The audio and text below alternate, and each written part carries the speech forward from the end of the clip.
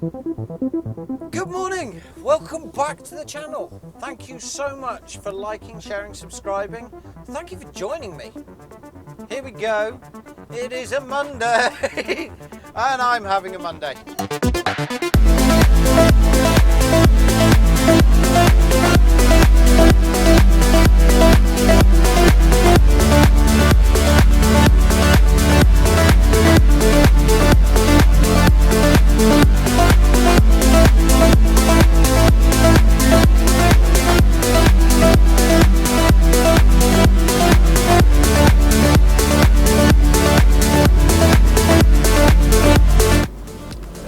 That's literally the score. So my day started a bit late this morning, not due to me getting up late, that my first load wasn't a collection until 8. When I got in to go and collect my load, unfortunately it hadn't been manufactured yet. So it's one of the Hawkins boys. So when I went to go and collect my load, it wasn't ready. Highly irritating.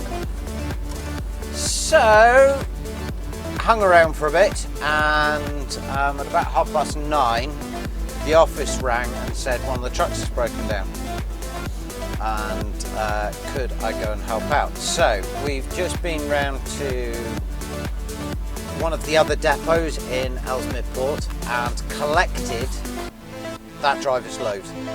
Yarrick, bless him, I know he watches. Thanks for the load, Yarrick. Yarrick is a Polish driver who is the smiliest, happiest person you've ever met. Yeah, he's one of the good guys. We like him. I know he catches up and watches from time to time, so Yarrick, special for you. I hope they get you sorted soon, and I hope your day gets better. Back to what I'm doing. I'm now heading up to Liverpool to the port to go and deliver this load, which is, for all intents and purposes, from the paperwork, looks like it came out of Sheerness port. So port transfer. I thought they were supposed to do that in boats. Maybe I'm slightly wrong. I don't know. Anyway, that's what's happening. That's where we're going. So up through the tunnel and then out the other side, and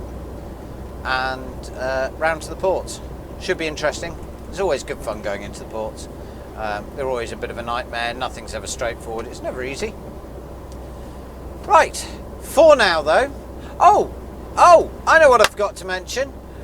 Great thing happened to me this morning. One of the advantages to hanging around is I got to see Daz, Fifth Wheel Daz, who's a good friend of mine.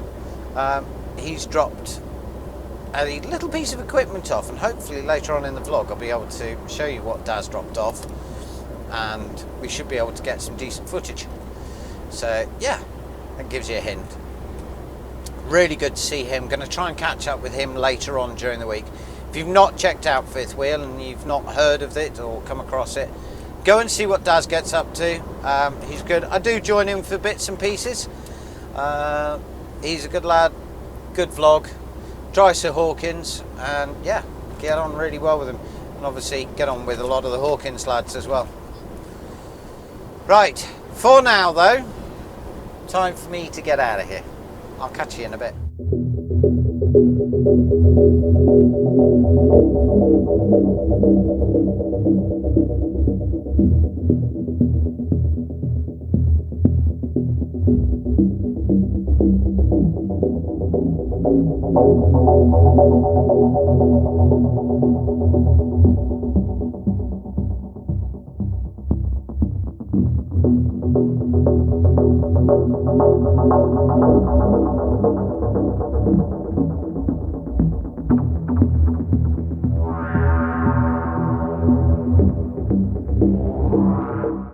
we go, on our way into Liverpool docks now.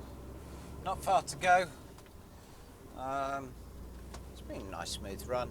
Little stop by the old Bill. Not too sure what that was about, but they didn't really say. So yeah, it's all good. Got camera mounted outside, so hopefully that'll give you a little bit of an interesting insight to what's it like in the docks. We'll see. The roads are really bumpy around here, so I might take it out, but we'll see. Yeah, so this is a bit of an unusual one. That's a point. I haven't looked at where we're actually going in the docks. Oops. Oh well. We'll find out soon enough. But, no, it's a slow old Monday for me today. Not my usual trick. So, yeah. The drop I was supposed to be doing earlier is just here on the right. This place. So, God, these roads are banner chemicals. These roads are so rough. A good bunch of guys in there. Really know their stuff. Takes them 5 minutes to get you onto the dock.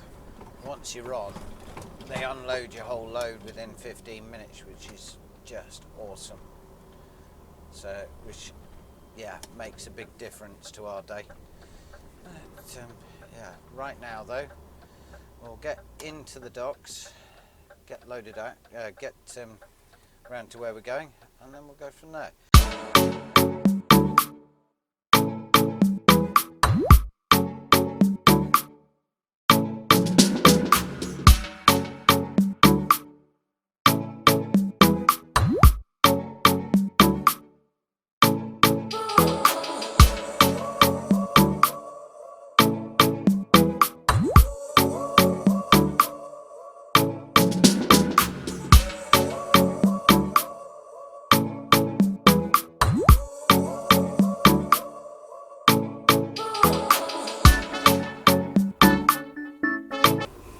Well, that was a waste of a morning. It's the only way I can describe that. We are finally getting out of Jenkins Inns at Liverpool Docks. Got here for about 10:30, just a little bit after, and it's now 1:10. We've only just managed to get tipped. So I've been to all the warehouses that they have here, and it was eventually decided that it would go in the overspill warehouse, which no one was manning. So I got down there, and the guys down there were not sure of what to do, so lots of phone calls and argy-bargy later. Someone decided, oh yeah, we will take them off here. Oh, but it's time for our break now, so they went off for an hour's break. Then came back, and then 2 forklifts came out and unloaded me in about 10 minutes flat. I mean, yeah. I try not to get frustrated or irritated with the forklift guys because it's generally not their fault. However, gee whiz, that was depressing today. Anyway, right, here we go. Let's get out of town, back through the tunnel, head south, back to Ellesmere Port. I've not heard different, so that's the default setting. Let's see. Nice night's sleep last night in Rothwell truck stop. It was a very nice evening. I had an 11-hour rest break, which was good. And we're now on our way around the M25. We come down the A14, M11. Bit of heavy traffic on the M11, and then join the mayhem that is the M25. And we are about half an hour away from Gravesend, which is where this load's going to. All good, and yeah, it's been a gentle day so far. It's about 9 o'clock in the morning, and as you can see, morning rush hour, touch wood, seems to have passed mainly, which is great news. Sort of timing onto the M25 is kind of key.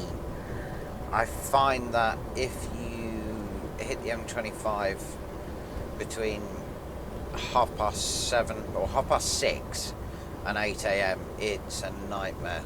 Ooh, that's a very pretty scanner. I don't know if you can see that coming through.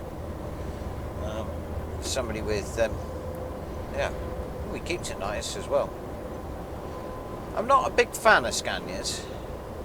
but I have to say I can appreciate a good looking truck, and that does look pretty spectacular, to be fair. Anyway, what was I saying? Yeah, hitting the M25 at the right time is the difference between a beetle round it on the limiter carrying on, or the Andy Lee's truck on the other side there. I don't think that was Dazza. It was one of the others. Getting around the M25 is a bit of an art. You get it right, you get your timings right, it's brilliant. You fly round, no issues. Get it wrong, you'll be at it for hours. So I seem to have been a bit lucky this morning. We haven't quite got over the Dartford crossing yet, but hopefully that won't take too long. So when I'm on these long runs, I've been asked by a couple of people how I sort of occupy my mind. And a lot of the time, I mean, obviously you're focused on your driving, you're checking your mirrors constantly, you're ensuring that the trailer's correct and in the right place, you've got no faults, you're keeping yourself to the right speeds, etc, etc. But when you're on long runs, the hours need whiling away somehow. And one of the things I like to do is I have a good number of books on Audible. I listen to podcasts, play music, and quite often I get phone calls. So in go the earphones and sit there and chat away to a couple of friends or what have you, which is great actually. It's nice to keep abreast of what's going on, and yeah, the community within truck drivers is pretty strong. Last night when I stopped in Rothwell, it was good. I parked up to next to Dave from Chamberlain's. Hey Dave, if you're watching, it was nice to meet you last night, dude. And then went into the actual truck stop, had a seat and had a chat with a couple of the guys from Hawkins, which was nice to see them. Really enjoyed it actually. Far too often you find that you're exhausted after your day. You can get to a truck stop, go and have your shower, get some food or cook your food in the cab, and then you go to bed, especially if you're on 15-hour days. Other times, well, be a lot quicker than that. It can be a lot more relaxed. Like last night, I did a 12 3/4 hour day yesterday. So it meant I took an 11-hour rest break off, which I don't really do until I absolutely have to. I was quite lucky that it just fell, the cookie crumbled that way. Yesterday was a very slow day. Not due to particularly anybody's fault, although my mess around in Liverpool docks was a bit of a nightmare. So after we drove into Liverpool docks, went round to the first warehouse, they didn't have the space for the product there. Round to the second warehouse, they didn't have space for it there. Round to the third warehouse, and they don't normally take that product into the third warehouse. So they sent me around to the head office. So I got pushed pillar to post. And a lot of truck drivers will get very, very, very cross about that. And it really tries your patience, because you're burning up driving hours, you're burning up working time, and you're not really achieving anything other than a sightseeing tour around the docks. And yesterday was very much like that. It was not this warehouse, go to the next one, not this one, go to the next one. So very frustrating, and trying to keep patient, and I do mean patient. It's very easy to get very upset about the delays and the mess abouts and the individuals who you're dealing with. A lot of the time the reason why you're being pushed pillar to post is because the warehouses are under immense pressure. And the forklift drivers are under immense pressure, and they just can't cope with the incoming. Don't get me wrong, that's not the case everywhere. There are certain places where you go to and for one reason or another you end up caught in a political game. And I have to say, generally on the whole, I'm pretty quick to ascertain that's what's going on, and then without much aplomb I'll actually say something about it, and then on top of that get some stuff moving in the right direction. So if I find myself caught between a rock and a hard place, i.e. you've got a warehouse manager who is effectively not wanting your load on site, not because it's your load, not because you are the driver or anything to do that, but because his office hasn't informed him that the load's coming in. He's assigned his crew to do other jobs. The crew, it means he's got to break the crew up on one of those crew has got to then unload you. But then also, sometimes, like yesterday, the warehouses don't have the space for the products.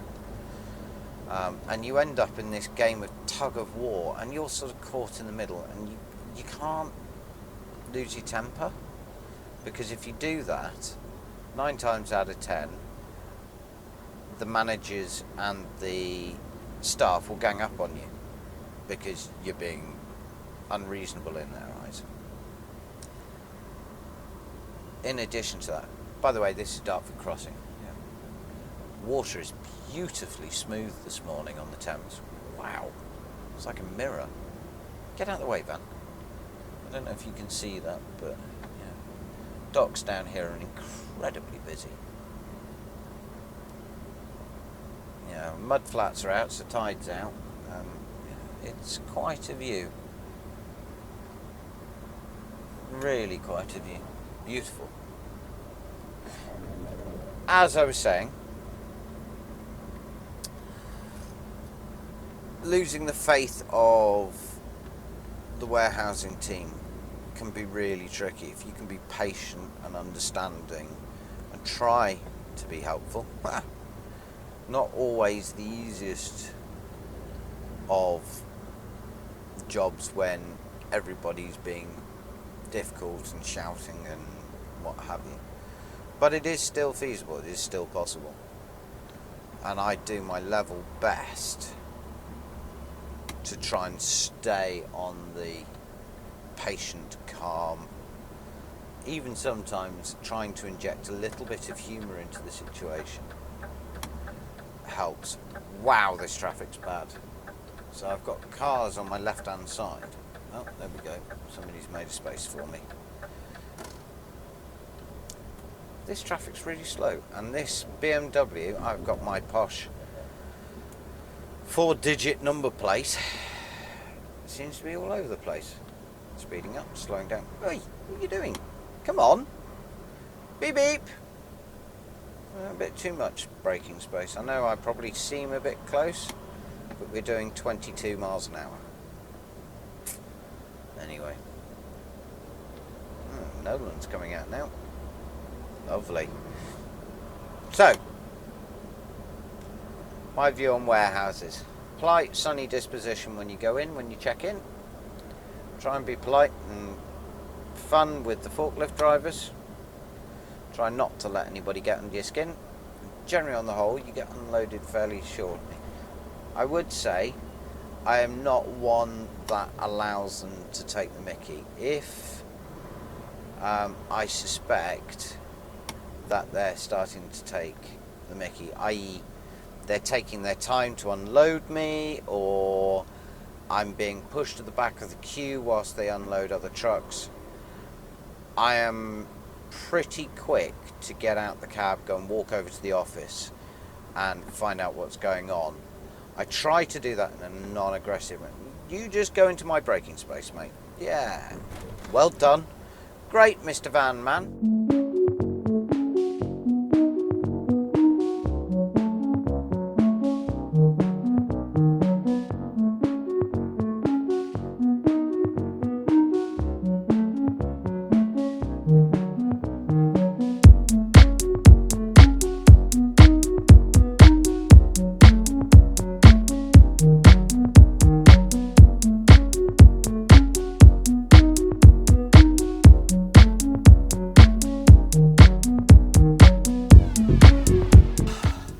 What a palaver is the only description I can give to that.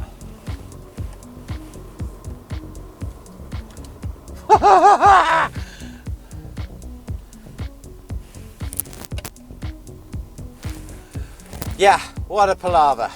Say goodbye to the security guys, who are a lovely bunch here. Shame the rest of the team aren't so great. What are you doing, part there? Stupid people. Right, let's get out of here. Tilbury Docks.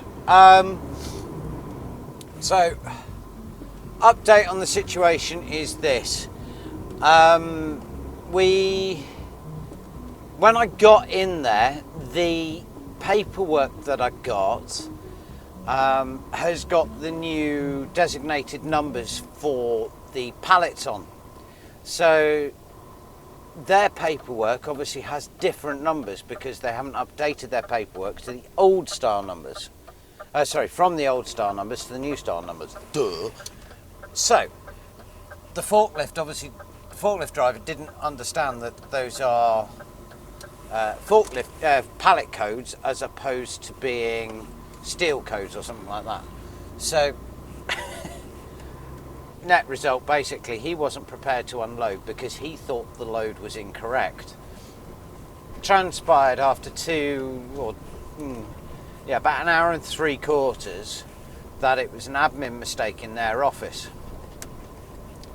So it meant pretty much that they messed about, sorted it out, realised they'd made a mistake, and then the forklift driver was on his lunch, and eventually I kicked off, and we got 2 forklifts getting me tipped. So that job, which should have taken me no more than an hour tops, I got in there at a shade after 10 o'clock, and I've left there at 1 o'clock. Rubbish. So it means I've now got to get my backside behind to Tilbury at speed. Although I've not got a booking slot there, the earlier you get there, the quicker they are to load you, because they start to get clogged up with trucks coming in to get loads in and out and what have you. So for now, I need to kind of concentrate and get me to Tilbury.